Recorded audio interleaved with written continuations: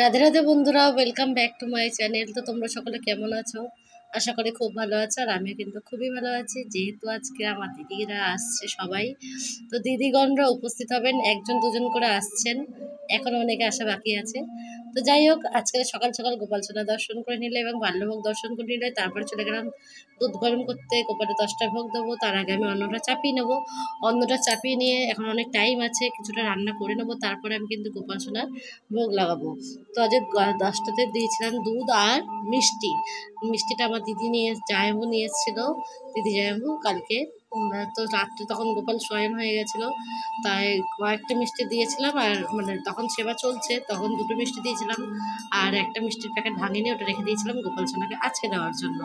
তো দিয়ে দিলাম। তো গোপাল সোনা খেয়ে দিয়ে এখন কিন্তু বিশাল মস্তিতে আছে। আজকে গোপাল সোনারও খুব আনন্দ হচ্ছে, আর তার নতুন জামা পরবে, নতুন নতুন গয়নাগাটি পরবে, তো সকলেই আসবে, খুব আনন্দ হচ্ছে গোপাল সোনারও।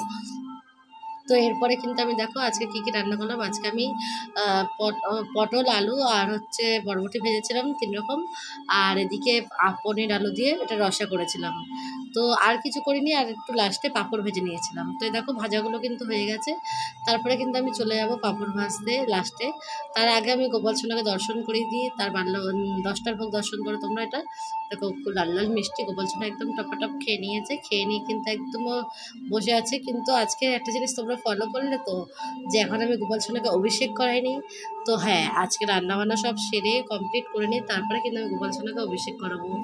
যেহেতু আজকে আমাদের বাড়িতে কীর্তন, মানে হচ্ছে আমাদের বাবার যে পৈতৃক ভিটেতে, সেখানে কীর্তন। তো সেখানে যাওয়ার জন্য আজকে গোপাল সোনাকেও সুন্দর করে সাজাতে হবে। তো আর সবাইকে অভিষেক করাবো আজকে, আর সুন্দর করে বস্ত্র পাল্টাবো। কালকে দোল পূর্ণিমা, তাই জন্য আজকেই একেবারে সব করে রাখছি, কালকে শুধু গোপালকে অভিষেক করালেই হয়ে যাবে। তো এই জন্যই আজকে আমি আগে রান্নাবান্নাগুলো সেরে নিচ্ছি, তারপরে কিন্তু আমি গোপাল সোনাকে অভিষেক করাবো। তো এবার দেখো আমার রান্না কিন্তু প্রায় হয়েই এসছে। তো এরপর আমি চলে যাব কিন্তু গোপাল সোনাকে অভিষেক করাতে। তো অভিষেক করানোর পর তোমরা দেখে বলো যে গোপাল সোনাকে কেমন লাগছে, আর আমি যে নতুন জিনিসগুলো লাগিয়েছি সেগুলো তো তোমাদের কেমন লাগলো। তো সেটাই বলবো না, তোমরা ভিডিওটা দেখো আস্তে আস্তে। তো নতুন জিনিসটা কেমন তোমরা বলবে।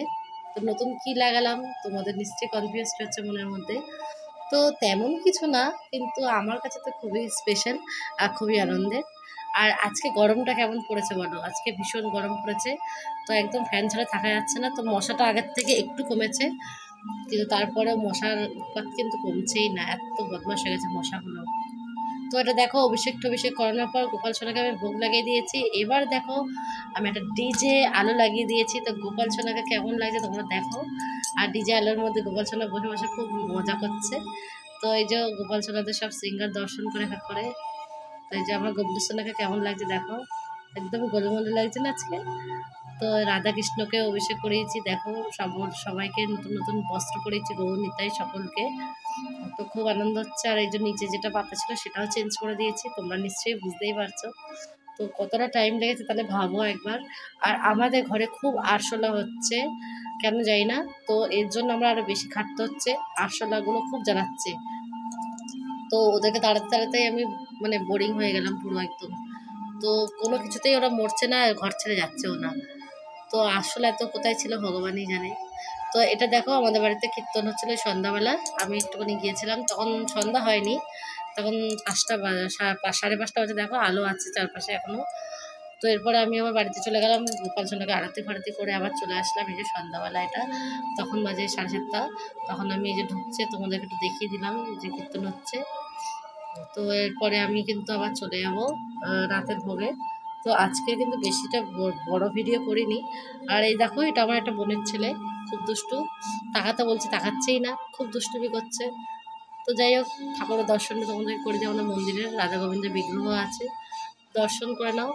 আর এখানে দেখো গোপালগণরা সব উপস্থিত, রাধাকৃষ্ণ সবাই এসে গেছে, শুধু আমারটা বাকি আছে। তো আমার গোপাল সোনা কাল সকালে আসবে, যেহেতু এখানে তো রাত্রে অন্নভোগ লাগাবে না, তাই জন্য আমি এখন দিতে পারছি না, কালকে নিয়ে আসবো। আমাকে তো অন্নভোগ লাগাতে হবে ওই জন্য। তো ওই জন্য গোপাল সোনাকে দর্শন করে নাও। দেখো একই রকম দুজন পোশাক পরে সব কিছু পরে বসে আছে। তো আজকে তোমরা আমার ভিডিওতে হয়তো ব্যাকগ্রাউন্ডে আওয়াজ পাচ্ছ, ব্যাকগ্রাউন্ডে। তো আমাদের বাড়িতে কীর্তন হচ্ছে পাশেই পুরো, ওই জন্য আওয়াজটা আসছে। তো তো রাতের ভোগ দর্শন করে নিলে। তো আজকের মতন কিন্তু ভিডিওটা এই অবধি। আর তোমাদের যদি আমার ভিডিওটা ভালো লাগে তাহলে অবশ্যই লাইক, কমেন্ট আর সাবস্ক্রাইব করতে ভুলবে না।